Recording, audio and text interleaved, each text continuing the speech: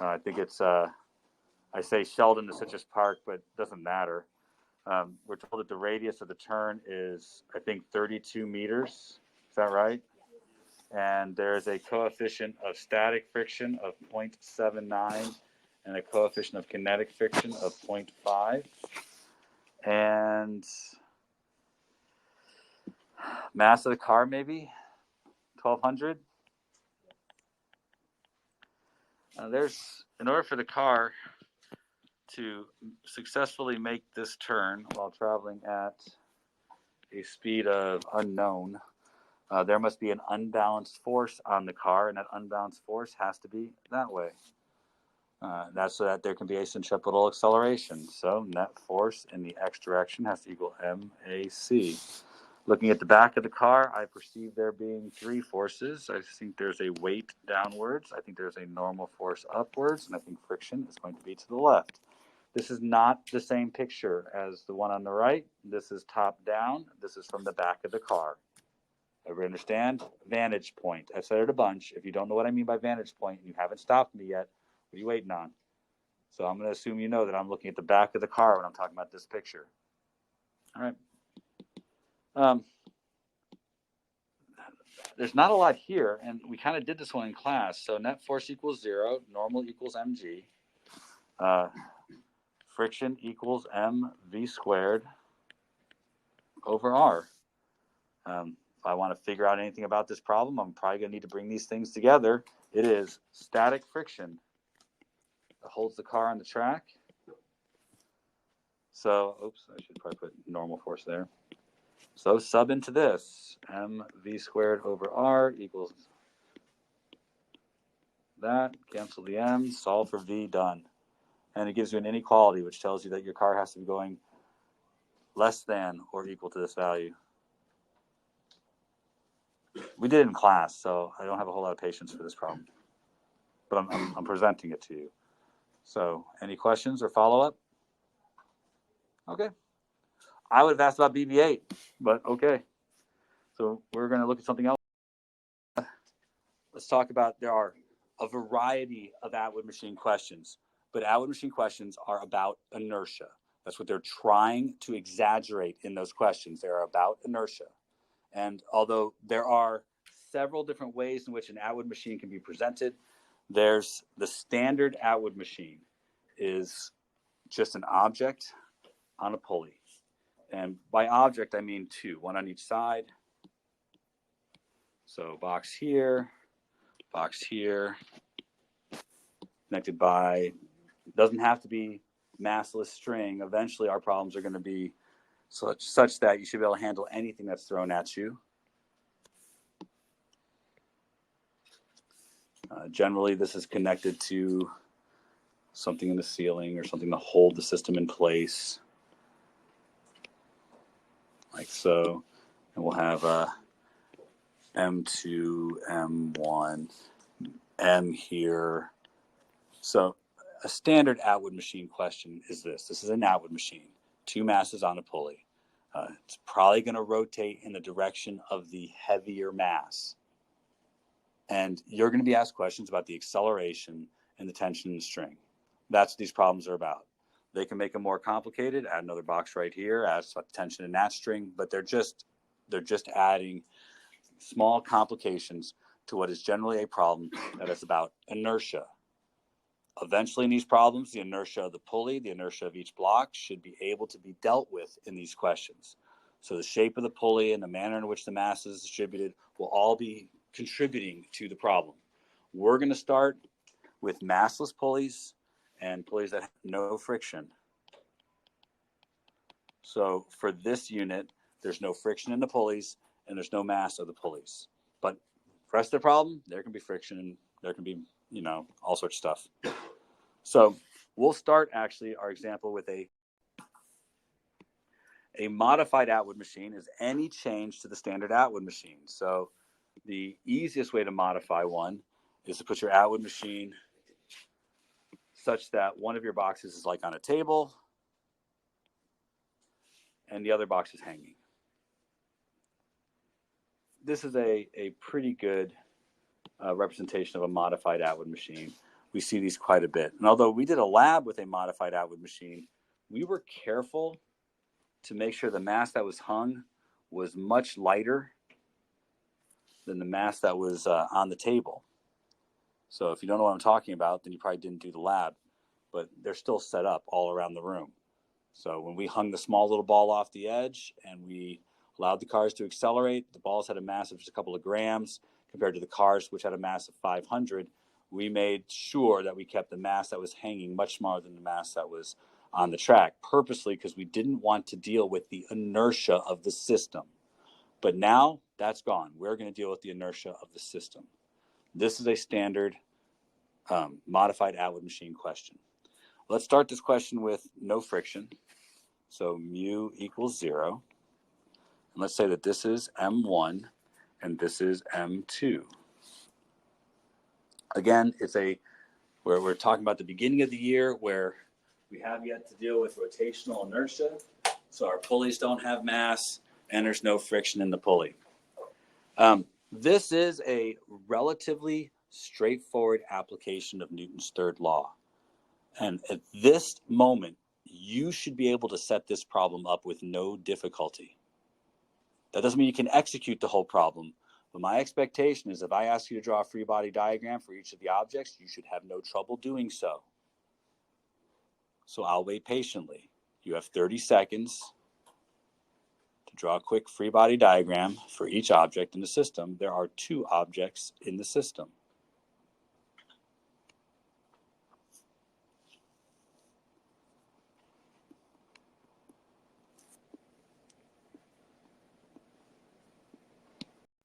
"30 seconds are up. I don't think the one on the table really bears much work here. I assume you have a tension to the side, weight down, and normal force up. Where you're likely to have gotten it wrong is the tension you have here should be an arrow the same size as the tension that was acting on the box on the table. Newton's third law requires an equal and opposite force to act on both boxes. Those 2 arrows should be drawn to scale the same size. A reasonable attempt should be made. In addition to that, I don't think there's a person in the room who doesn't know that the system is going to accelerate. So the box on the table goes to the right and the box that is hung is going to fall downwards, which means you should have drawn M2D to be larger than the tension. If you didn't, you did it wrong. That level of detail is going to be necessary for your next test. Rulers and all of that, a little care to those kind of details I would expect. Here's where you might need some assistance because I do this problem different than the way the book does this problem. Because of that, if you get this from, you'll get a different thing to do. I don't have any trouble with you doing this the way the book does it. I just don't like that. And for those of you who didn't have me for physics last year, what you were taught. So I'm going to show you the method that I like, and that is for you to consider what you would think is a common direction for this system to accelerate. Is it not a huge stretch to think that the box that's hanging is going to move downwards and the box on the table is going to move to the right? If we're confident with that, then what I would do is draw on your problem, and I usually do this on the object that's going to rotate, an indication of a common unified direction for positive. Your book does this different. The standard way you're supposed to do this is different, but I think this makes sense to me. And since direction is arbitrary, this is how I do it. But this, of course, means that downwards is positive for this object, and to the right is positive for this object. That shapes how you deal with positive and negative for the rest of the problem. The good news here is if you do it this way, all the accelerations are positive. If you do it the book's way, that's not true. Each acceleration has to be modified based on its direction. So I like this one because all the A's get to be just positive. So you pick how you want to do it. If you need a different way to do it or you're struggling this weekend, try looking at it in the book. It's in the book, this exact problem, point for point. Now, I would expect that you guys can do the algebra on this. So I don't know that I need to help you. But I also don't want to see a bunch of people in team who really don't know what to do next. So is that not unreasonable? The box that's on the table is going to experience a tension force to the right, and its acceleration is going to be based on how much mass it has. Newton's second law. And the box that's hanging off the table.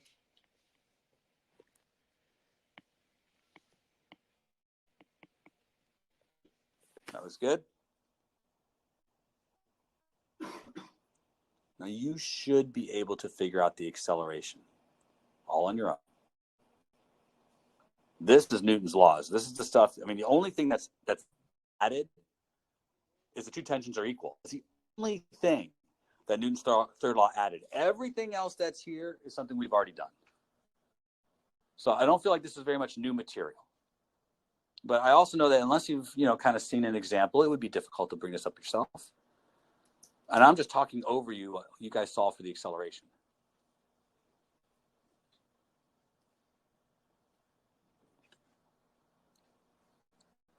You have to have a little flesh in the game.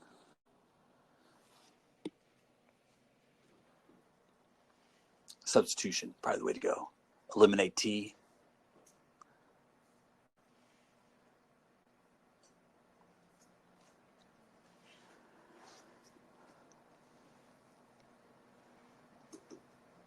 And now if you're using my method, meaning unified direction for acceleration, if you are doing that, it's not a shortcut, it's just a way to do the algebra.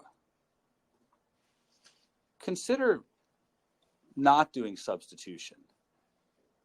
Because the moment we start having 3 or 4 or 5 objects, substitution becomes more difficult. The train problems will kind of exaggerate that a bit. I haven't done hardly any, but I've done a few as examples in class. You guys should be seeing those in the homework.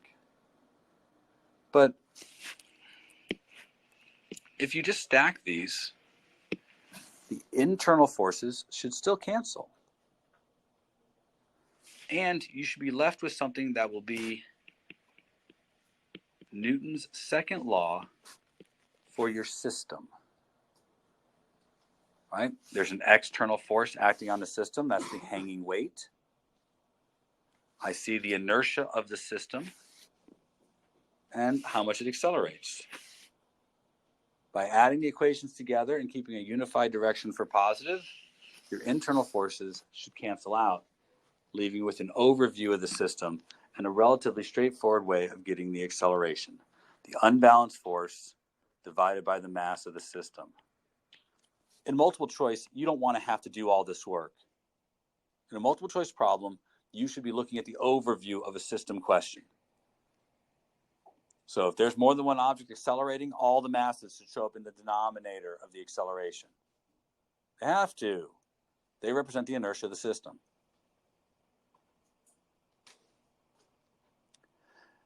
Not too much to go back and find tension. I think you should. It's just plugging it in right here. And when you get the tension, you get nothing particularly interesting. For you mathletes out there, this is a version of a weighted average. And you should know that because you're a mathlete. But for you guys who aren't mathletes, that might not mean very much to you, but it's a weighted average. Not a surprise here. If either mass increases, it increases how much tension there is. The mass on the table increases, it's harder for it to move. That brings up the tension. If the tension on the table, if the tension on the one hanging increases, well, it increases the net force on the system, thus increasing the tension.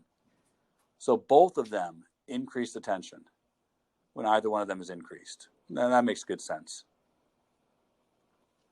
So the modified Atwood machine question, not particularly interesting. But maybe more interesting if there's friction. Try it. Rework the problem now. Come up with an expression for the acceleration of this system when I say there is a coefficient of kinetic friction of mu k. Let me say from the beginning, I'm tapped the first box and broken static friction, so the system is sliding. Can you come up with an expression for the acceleration of the system? So I'm not expecting that these are taking you terribly long to work out. What's the only difference? That there's friction acting this way? I mean, we're assuming it's sliding to the right. That seems to make reasonable sense. Was that a hard thing to do? Okay, so nobody raised their hand, so I'm assuming that that was not a problem. That's why when I see the erasers show up, that's why I wonder. I'm not that blind. So tension minus friction equals M1A. At this point, though, I probably need to deal with the normal force because it's friction. So friction, since it's kinetic, is just equal to mu times the normal force. So I bring all these things together and I get tension minus mu M1G equals M1A. That good? So can still do this part. So the tensions are going to cancel. And I'm going to get M2G minus mu M1G equals M1 plus M2A. It really isn't that different now. And if you look closely, what do I have? Well, I have the total inertia of the system here. That hasn't changed. Both boxes are moving. I've got the acceleration of the system right there. I'd expect that. I could solve this for A and get the acceleration. And what do I have? I have the force of gravity pulling down on the hanging block minus the frictional force acting on the other block. I expect those are both external forces. The table scraping against the box is an external force, and the weight of the box that's hanging is an external force. The difference between those two forces determines how much acceleration the system has. That has to equal the inertia, or that has to be based on how much inertia the system has. So these seem pretty reasonable things to consider. I would always, of course, argue that that negative sign is important. It tells me the potential for it to have a positive answer, a zero answer, or a negative answer. So the boxes could be moving at constant velocity. They could be speeding up. They could be slowing down. It depends on that. Now, I'm not going to do the next part. You should. You should find out what the tension is. And listen, the reason I'm saying that is you should be able to show that the tension can either be less than the weight of this block, and therefore it's accelerating downwards, equal to the weight of that block, therefore moving at constant velocity, or greater than the weight of that block. That your equation, whatever you get for your answer, should have all three possibilities in it. Because the upwards tension would be greater than the weight that's hung if the system is slowing down, if that friction is trying to stop the motion. So you should try this. You should take the acceleration you get, plug it back into one of these relationships, and see what the tension looks like, and verify that you get three different possible answers. They're all positive numbers. So it should be a relatively interesting kind of fraction. I would encourage you to do that. That's algebra, though. It's a fun exercise. It's not an exercise I need to do, but I think it's an exercise you need to do. You solve for A here and plug it back into one of these. I'd recommend plugging it into this one. Less terms to collect if you do. If you plug it into this one, you've got to collect mu out of that, and that's harder. So I wouldn't do it that way. All right. Modified Atwood machine. Do you want to see, though, how easily you'll be tricked? Because you guys, even now, I can throw something in you that I've just said, you got to pay attention to, and I can guarantee I'll get about a third of you. Partly because some of you really aren't following the argument. Partly because some of you are just easily led. So let me show you something that I think you should see. This has been on, I don't know, it's been on a lot of tests. Two separate situations. I have two tables. Both of them have a block on the table. Both of them have a massless pulley. Both of them have no friction.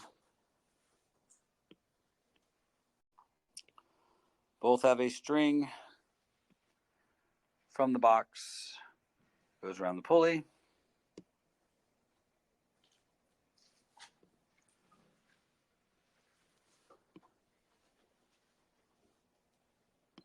On one of them, there's a 5-kilogram box.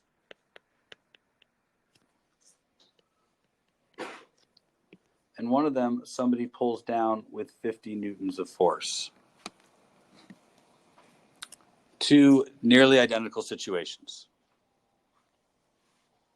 Now, I bring this particular question up because I know I can get you guys. And not that I try to trick you, but you will be tricked. 5 kilograms is 50 newtons. Would we agree with that? Yeah. So same external force acting on both systems. So do they travel the same? One of them is slower than the other. Do you know which one is slower, and can you pick it out with confidence? Now, I'm not asking you to say it out loud, but you should be able to. Very beginning of this discussion, I told you exactly what this type of problem is about. And you weren't listening. You didn't write it down because you don't really hear me. You do what I write on the board, which is why you're easily fooled. And one of these, attention is bigger than the other too. I'm not sure if you know which is which. And now you're second guessing yourself because I haven't given the answer and you're wondering. But there's 50 newtons of external force acting on both systems. That's not in dispute. But the right system has 10 kilograms of inertia and the left system has 15 kilograms of inertia. It's harder to move the left system, so it's going to accelerate slower. It's easier to move the right system. It's going to accelerate faster. And because it's going to accelerate faster, the tension in the cable is greater on the right system than the left system. You should prove it to yourself, but the acceleration here is 5 meters per second squared. 50 Newton force, 10 kilogram mass, 50 divided by 10 is 5. But the acceleration over here, 3.3 meters per second squared. External force of 50 newtons, 15 kilograms total mass, 50 divided by 15 is 3.3 meters per second squared. I promise you, you are easy to get. I'll write those multiple choice questions. Actually, I won't. I will just copy and paste those multiple choice questions and watch you guys look at them.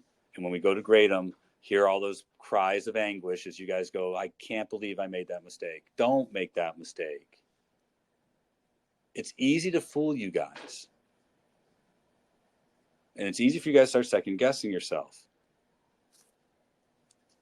But inertia is everything in a problem like this. The more things that are moving, the more inertia there is. Anything moving is adding inertia to the system. If you focus on that force, you're going to be in trouble. You have to focus on what that force is causing to move. Both sides of that Newton's second law are important. The inertia side is just as important as the force side. All right, we'll see. We'll see. I have an excellent history of watching you guys be sad on multiple choice, right? Just pick the last 3 multiple choice tests. Any one of them. It's fun for me. Less fun for you. 8 out of 15, 3 out of 15. A couple of 12 out of 15, so you guys are less fun. That brings us to a full Atwood machine question. There are other modifications we do need to discuss, but I think we really do need to see the full Atwood machine problem. Not because it's any harder than what we've done, but because if we don't do one, you'll claim we never went over it in class, Mr. Shelton, and therefore we can't do anything like that because we've never seen it. One of those statements that tends to make my skin crawl, but it's okay. It's okay. I don't mind. Mr. Shelton, you didn't do one like that. And I'm not going to do this one. You guys are.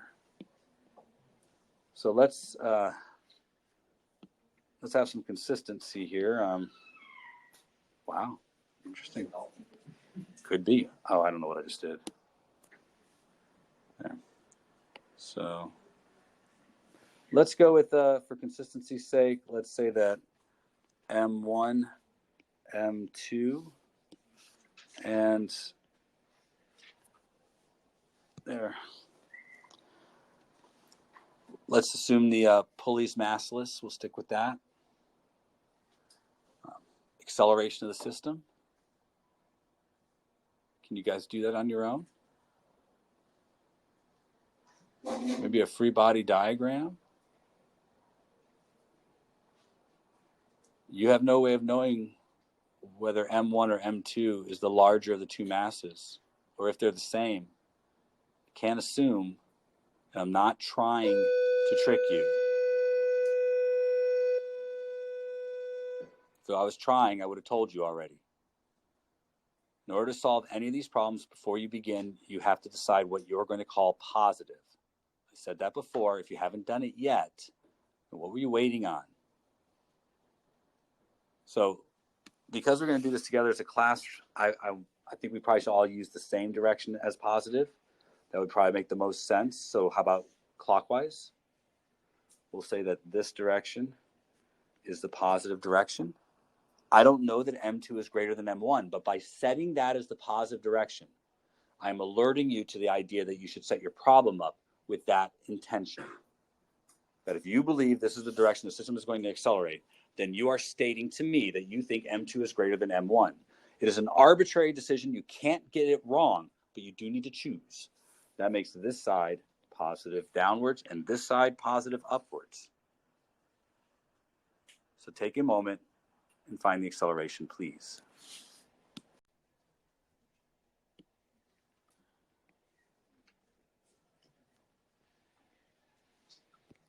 I'm getting to a point where, I have less and less patience for the stuff that's old, that we've done already, that you still make for mistakes. So let's make sure that you're doing all the right things. Look at your diagrams. I assume your free body diagrams are done by now. So did you recognize that you should have two upward tensions and that they should be the same size? Newton's third law means the tension should be the same. And the only way the box on the left accelerates upwards is if its weight is less than the tension. And the only way the box on the right accelerates downwards is if its weight is more than the tension. Did you pay that level of detail to your decisions? Yes, ma'am. So, we would have to assume that it would be, like, the box on the left would be going up. How are you supposed to? You're not. I told you a minute ago that we are making a decision. When we made this decision, we decided the box on the left was going up and the box on the right was going down. That's what we decided.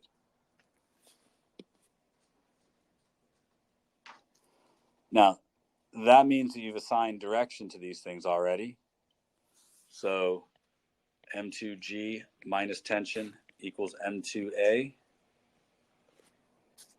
And T minus M1G equals M1A. Good stuff right there. And then combine the two, eliminate tension to get the acceleration.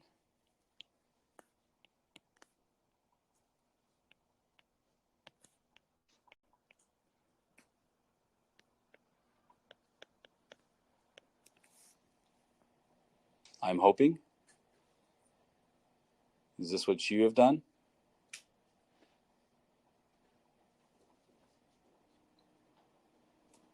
Now, oh, wait a minute, but are we all together now? Can I go forwards? I don't want to accelerate anybody unless you guys are ready to go. I do need you guys to get to this point if you're still doing your algebra.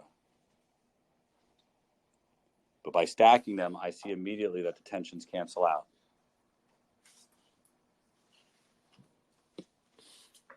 Now, as I said before, you'll know you'll do it right if you have a sum of all the masses in the denominator. It's always going to be in the denominator. F equals MA. So A equals F over M. Inertia is in the denominator for acceleration every time. And not accidentally, a negative sign. I'm pulling in either direction, right? I'm pulling both to the right and to the left. M2 is pulling the system to the right. M1 is pulling the system to the left. That's why they're arguing. That's why there's a negative sign. I will also note that if M1 equals M2, no acceleration. That makes sense. I hang the same mass on both sides. Acceleration 0.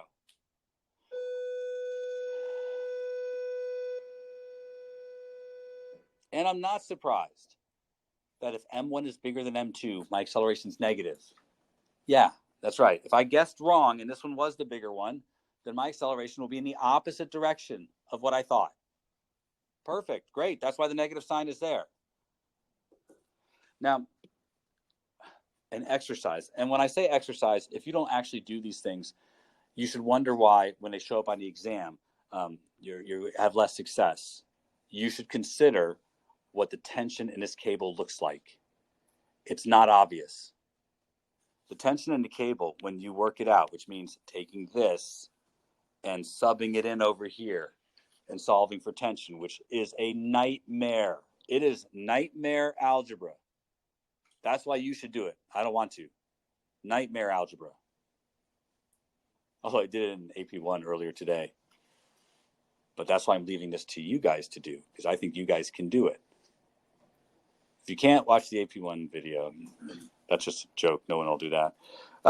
It's 2m1 m2g over m1 plus m2. You should see. You should prove that to yourselves by doing the algebra. The algebra is not easy. The algebra is tough. Quite tough, actually.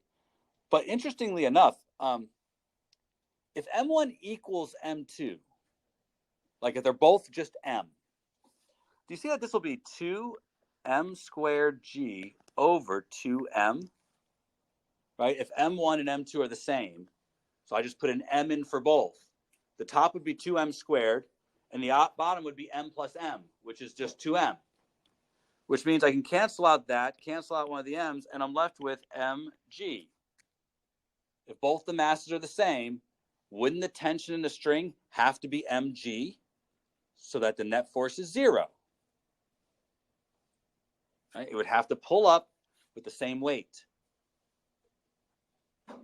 This gives me an idea, a way for me to trick you yet again. Can we all agree that the tension in the string would be mg? Does that make sense? Because I'm attaching it to the table somehow. But bear with me. If I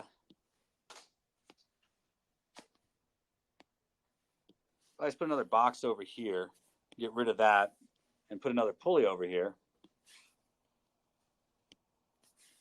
those boxes are the same. Would the tension of the string be 2m now? Because I'm hanging two boxes? Careful, I know I'm fooling you. Some of you are wondering. Nope. It would still be mg. What does it take for this box not to move? Net force is 0. Tension has to be mg. Hanging two boxes doesn't mean the tension increases. When I had the thing on the table a minute ago, it just held the system in place, creating tension. If I don't have it there, that second box just holds the system in place, creating tension. All right.